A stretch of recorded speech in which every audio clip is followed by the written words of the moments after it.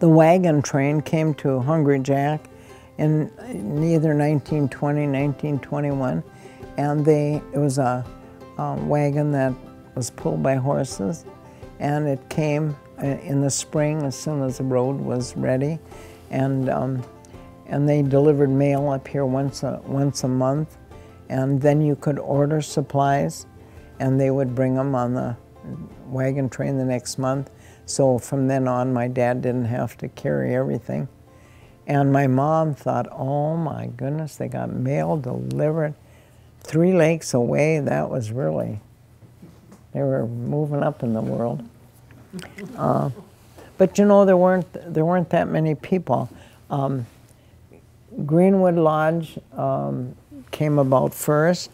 I think that was built in the 1915, 1916 by a private men's group, and then close to 1920 it was sold, and a couple from Grand Marais bought it, and so that was one of the early resorts up here. And then there was a man who came up here for, a lot of the people who came in those early years had hay fever, and they came up here for relief for that. And there was a man by the name of Robert Gapin, and he came up here for hay fever, and oh, he liked it. And so he ended up staying, and he built Hungry Jack, Gateway Lodge, and I think that was 1921, 22, something like that. And so now they were starting to have some neighbors, you know. A lot of the people didn't come until the Depression, 1928. Justine Kerfoot, probably the most well-known person up here. Her parents lost all their money during the Depression, and they took what little money they had left, and they came up and bought this fishing camp on Gunflint Lake. And Justine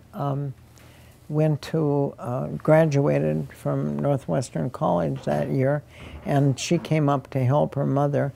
Well, she just fell in love with the country, and she never did go back. She always stayed at Gunflint. And she was a wonderful person because she was educated, she could write, she could talk, and so she was really a great asset to the Gunflint Trail. And then other places came. Carl Brandt was the first one on Poplar Lake, and he came to run a sawmill. And there was he bought this land on Poplar Lake, and there was an extra cabin on his lot, and some fishermen wanted to rent his cabin, and so he thought, gosh, that'd be something I could still do my milling work, and I could rent these cabins out.